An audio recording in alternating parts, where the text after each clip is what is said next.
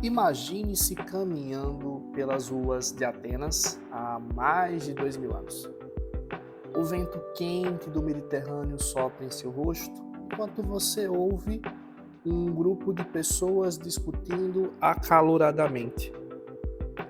São filósofos. O tema da discussão? A origem do mundo. Um deles acredita que tudo veio da água, outro que o fogo é o princípio de tudo. Mas então, um homem mais velho, olhar profundo, voz pausada e ombros largos, toma a palavra. Seu nome é Platão. Ele diz: o mundo não surgiu do nada. Ele foi moldado por um demiurgo. Hoje, vamos mergulhar nesse conceito fascinante e ver como ele ecoa até os dias de hoje. Bom dia, boa tarde, boa noite a você, ouvinte de mais um episódio aqui do Odisseia Filosófica. E conforme vocês pedirem meu Instagram, hoje estaremos falando sobre o conceito do demiurgo, especificamente em Platão, especificamente na sua origem. É curioso que pouco depois que vocês me pediram esse tema, há uns dias atrás, eu estava numa mesa de bar com uns colegas e amigos, quando de repente um deles levanta um tópico no mínimo esquisito. Estava eu comendo meu típico baião de 2, junto com uma coquinha zero, bem geladinha, com limão, e de repente eu paro para escutar perplexo o que estava sendo discutido ali. Eu escuto que na realidade quem chamamos de Deus é Yahvé, que Yahvé é uma espécie de ser alienígena superpoderoso, que os anjos também são extraterrestres, que Jesus foi morto porque não quis cumprir os planos do pai dele. Eu parei, respirei, pensei, de onde que o povo tá tirando essas informações, pelo amor de Deus? A caipirinha tava batizada e o pior, ele não tava bebendo não. Eu cheguei a comentar sobre isso no meu threads e apareceram pessoas para defender essa ideia, inclusive. Disseram que isso já é muito antigo, vem dos livros gnósticos, que essas concepções gnósticas não foram aprovadas na concepção da ortodoxia, mas que elas existiam, estavam lá desde os tempos do início do cristianismo. Só foram rejeitadas pela Igreja Católica, mas estavam lá. Às vezes eu me deparo com grupos sérios que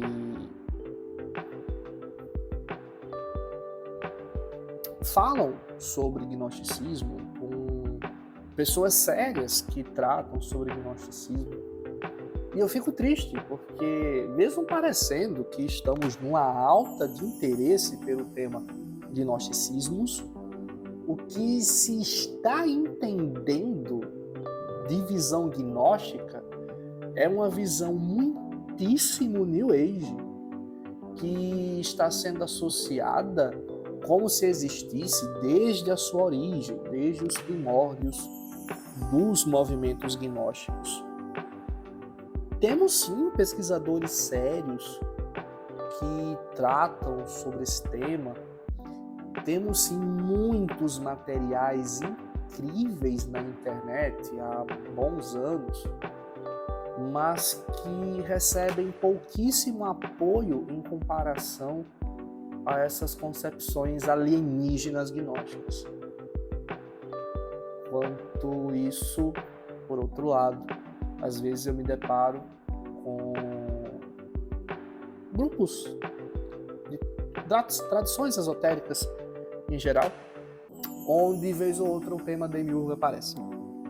A questão é que quando o tema aparece, imediatamente se remonta a uma das concepções de demiurgo, a concepção gnóstica geralmente valentiniana. Esquece-se totalmente da ideia original.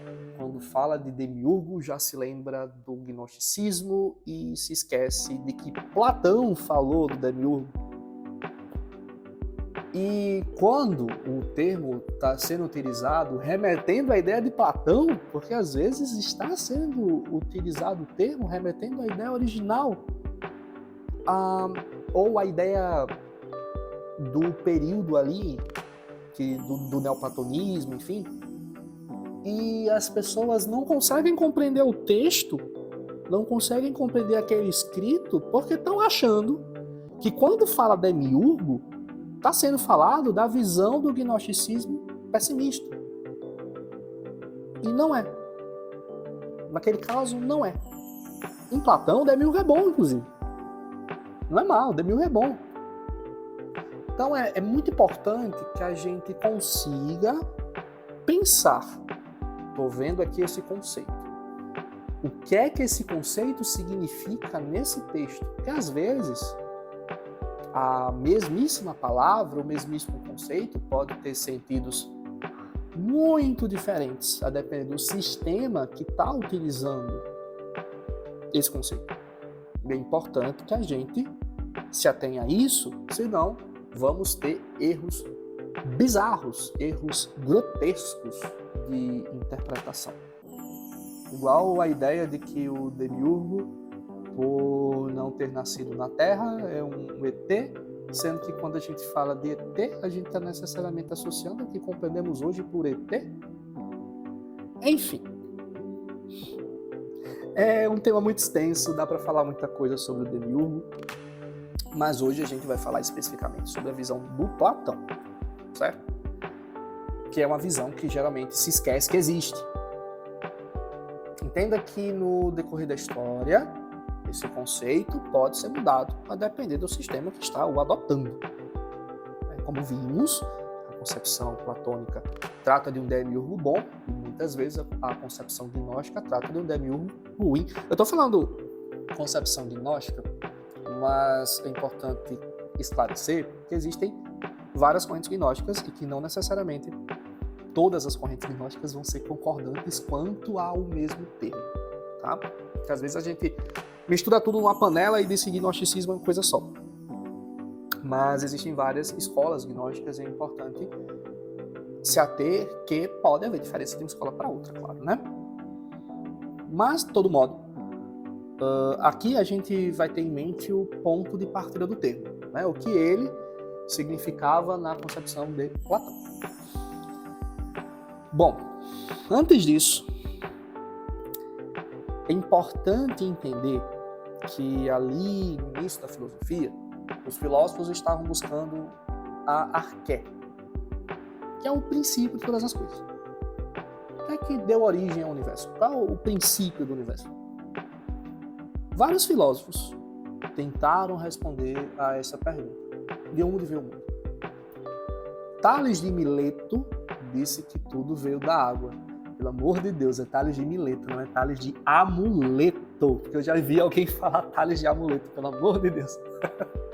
Heráclito disse que tudo está em constante mudança. Demócrito falou que o átomo era arqué, o princípio de todas as coisas. E Parmênides disse que a mudança é uma ilusão, que o ser é imutável, que o ser sempre existiu, né? O ser seria a resposta para essa pergunta. Que dilema!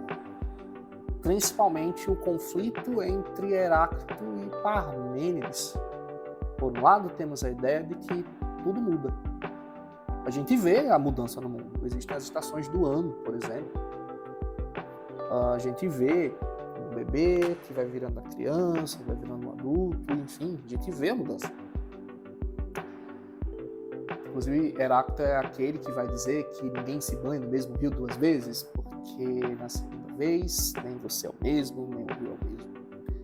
Já Parmênides vai dizer que a mudança não existe, o ser é imutável. O ser é, o não ser não é. O não ser não pode virar o ser. Né? A mudança, inclusive, consiste em sair de um estado de ser para um outro estado de ser. E se o ser ele não pode vir a não ser, né? Já que na mudança, ele está deixando de ser o que é para ser o que ele não é. Então, ele chega à conclusão que o ser é imutável e que a mudança não existe. Mas estamos vendo um mundo que muda. E aí? Como é que a gente concilia? Platão vai responder a isso com a criação de dois mundos, o mundo inteligível e o mundo sensível. Há uma realidade superior ao mundo sensível, uma dimensão suprafísica do ser. A gente até pode dizer uma dimensão metafísica do ser, né? Além do físico, nesse sentido de além do físico. É o que ele chama de mundo das ideias, dos entes particulares e imutáveis. É importante ressaltar que a ideia para Platão não é a mesma coisa que a gente entende por ideia hoje. Ideia é uma coisa que está dentro da nossa cabeça, né? Geralmente a gente tem essa concepção do que está dentro da nossa cabeça, tá? É algo que existe internamente, né? Quando eu tenho uma ideia, eu processei essa ideia, entre aspas, dentro de mim. A ideia de Platão está fora de mim, é independente de qualquer pessoa estar pensando nela. As ideias são formas, entidades, essências que existem em si e por si, e que inclusive constituem um sistema hierárquico bem organizado. Essas ideias constituem o verdadeiro ser. O mundo que vemos ao nosso redor, esse mundo objetivo, é um mundo imperfeito, passageiro. Nesse mundo imperfeito, sim, a realidade traz a mudança. Porém, no mundo verdadeiro, no mundo essencial, onde estão essas ideias, nós temos um mundo invisível, eterno, e onde se situa as verdadeiras essências das coisas. Vamos fazer um exercício mental. Imagine uma cadeira. Imagine uma cadeira. Eu não sei dizer se você imaginou uma cadeira de plástico, uma cadeira de madeira, uma cadeira azul, uma cadeira vermelha, uma cadeira macia, uma cadeira moderna, uma cadeira estilizada. É possível que cada um de vocês que está ouvindo tenha imaginado cadeiras diferentes uma das outras. Mas, mesmo que existam várias cadeiras pensadas, todas essas cadeiras pensadas são cadeiras. Compartilham uma, entre aspas, cadeirice que faz que essas cadeiras sejam cadeiras. Não importa se você pensou na cadeira azul, vermelha, moderna, antiquíssima, você pensou na cadeira. Mas por quê? Porque todas as cadeiras pensadas compartilham a essência da cadeira. Essa essência é o modelo perfeito e abstrato que existe no mundo das ideias. A cadeira mais perfeita que existe não existe no mundo físico, existe no mundo das ideias. Essa cadeira mais perfeita, essencial, invisível e que inclusive serve de molde para todos os exemplares de cadeira no mundo sensível, no mundo objetivo, é o que Platão chama de ideia da cadeira. As cadeiras que nós vemos no mundo material são cópias imperfeitas dessa ideia original de cadeira. O modelo conceitual perfeito de cadeira, essa forma essencial que dá origem às cópias no plano sensível, é o que Platão chama de ideia. Tá? Então a ideia constitui, de certo modo, um ser. É a cadeira perfeita. Essa cadeira perfeita existe no mundo inteligível. As cadeiras que nós vemos no mundo objetivo, no mundo sensível, não são perfeitas. São cópias imperfeitas dessa cadeira perfeita que está no mundo do ser. E aí, existem várias ideias. Para tudo que há um conceito, há uma ideia. A ideia da cadeira, a ideia do pato, a ideia do cavalo, a ideia do gato, Também tem a ideia da justiça, do amor, do bem. Inclusive, existem ideias que são mais elevadas que outras e, nessa disposição hierárquica, a ideia mais elevada de todas é a ideia do bem, que ilumina todas as outras como o Sol ilumina o nosso planeta. Continuando no exemplo da cadeira. Se é uma cadeira perfeita, essencial, no plano inteligível, que serve de molde para todas as cadeiras no plano visível, sendo todas essas cadeiras visíveis cópias imperfeitas da cadeira perfeita que é invisível, quem que fez essas cópias do modelo perfeito? Quem é essa impressora cósmica que gerou tudo que vemos no mundo visível? Quem é que está fazendo essas cópias dos modelos perfeitos aqui do mundo objetivo? Quem é? Então, para Platão, é o demiurgo. A concepção de um demiurgo aparece na obra Timeu, e é uma concepção de Deus próxima às das maiores religiões monoteístas. Vamos falar para pensar. O mundo que vivemos sempre existiu, ou teria vindo a existir. O mundo do ser é imutável, sempre existiu, né? Se o que vemos é visível e tangível, o universo visível que conhecemos deve ter vindo a ser. Esse criador, esse pai desse universo, esse demiurgo, segundo Platão, inclusive, era bom. Foi ele que deu origem a esse universo visível. Se o demiurgo é bom, ele não pode possuir nenhum traço de ciúme. Se ele não tem ciúme, ele vai querer que todas as coisas fossem o máximo possível como ele mesmo. Para pensar um pouquinho. Se o demiurgo de Platão é bom e não tem ciúme, está bem diferente da concepção que a gente tende a acreditar, que é a concepção original do demiurgo, não é mesmo? O demiurgo não cria o universo visível do nada. Antes, ele estabelecia o cosmos, a ordem em meio ao caos. Tendo querido que todas as coisas fossem boas e que nada fosse menos perfeito que o necessário, tendo encontrado o universo não em repouso, mas em um movimento caótico e desordenado, o demiurgo trouxe o universo de um estado de desordem ao estado de ordem, uma ordem que ele julgou mais bem adequada. No Timeu, vemos esses estágios desse ordenamento. A obra encerra, inclusive, com a descrição do universo visível como sendo em si um Deus perceptível, a imagem de Deus conhecida pela mente. A causa desse mundo objetivo, desse mundo sensível, é a ideia. Os seres do mundo sensível e visível criam-se porque participam de uma ideia, de uma forma inteligível. O sensível participa ou imita a ideia. Dela é cópia ou imagem. Os entes sensíveis são mutáveis e cópias imperfeitas. A ideia é o ser perfeito e imutável. O demiurgo faz com que a ideia se encontre presente no mundo sensível. Se o sensível se cria por participar do inteligível, é preciso uma causa da criação, uma causa que torne o sensível participante do inteligível. Tudo que nasce no mundo sensível objetivo só pode nascer se participar do eterno ser inteligível. Mas é exigida também uma força que consiga realizar tal participação. Este supremo poder de sabedoria é o demiurgo, o artesão do universo. Demiurgo, inclusive, etimologicamente, significa o que trabalha manualmente. O que se chama de receptáculo informe, mais um conceito aqui, é o que vai receber o inteligível no espaço.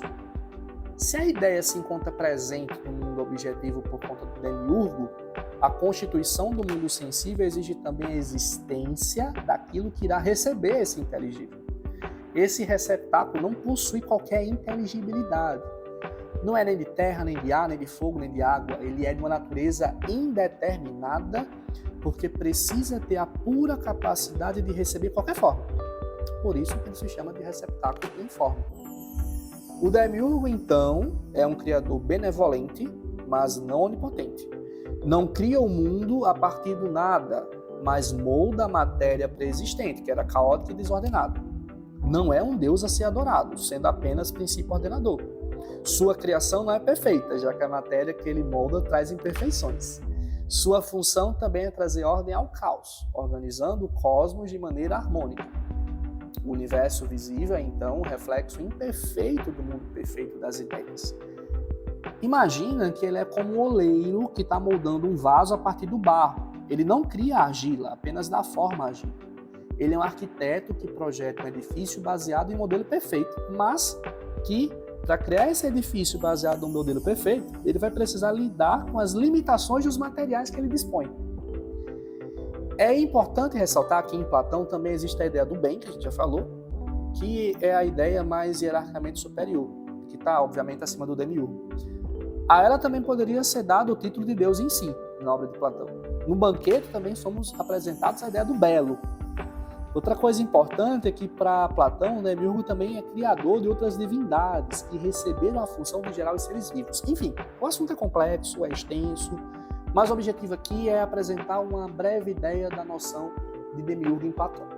Como dissemos, esse conceito vai sendo retomado várias vezes depois da história. No Mênio de Apameia, distinguiu o demiurgo da inteligência como um deus que atua sobre a matéria e forma o mundo. O mundo, para ele, seria uma espécie de terceiro deus, inclusive. Valentino, o gnóstico, já considera o demiurgo como uma, entre aspas, divindade emanada. Nos gnósticos já conseguimos vislumbrar concepções bem negativas sobre o demiurgo, considerando um falso deus, um deus enganador, que aprisiona as almas humanas do mundo imperfeito, que identifica-o com um deus do Antigo Testamento, que é tirano, que é ciumento, que é vingativo, bem diferente da ideia original, não é mesmo? Bom, espero que vocês tenham curtido esse episódio. Para você, o universo tem um arquiteto mesmo ou é fruto do acaso? Tem um criador que se importa conosco, é apenas esse não é um criador, é um princípio organizador. O conceito de demiurgo faz sentido para você no mundo atual? Surpreende-se com a diferença em relação ao demiurgo de Platão? Me conta aí nos comentários, inclusive. Eu não esqueci do episódio dos estoicos, tá? Eu só passei esse à frente porque vocês mesmos solicitaram no Instagram, mas já tá no forninho para sair já, tá? Aproveito para lembrar que a minha ideia aqui não é dizer que a ideia platônica é superior à ideia gnóstica ou vice-versa.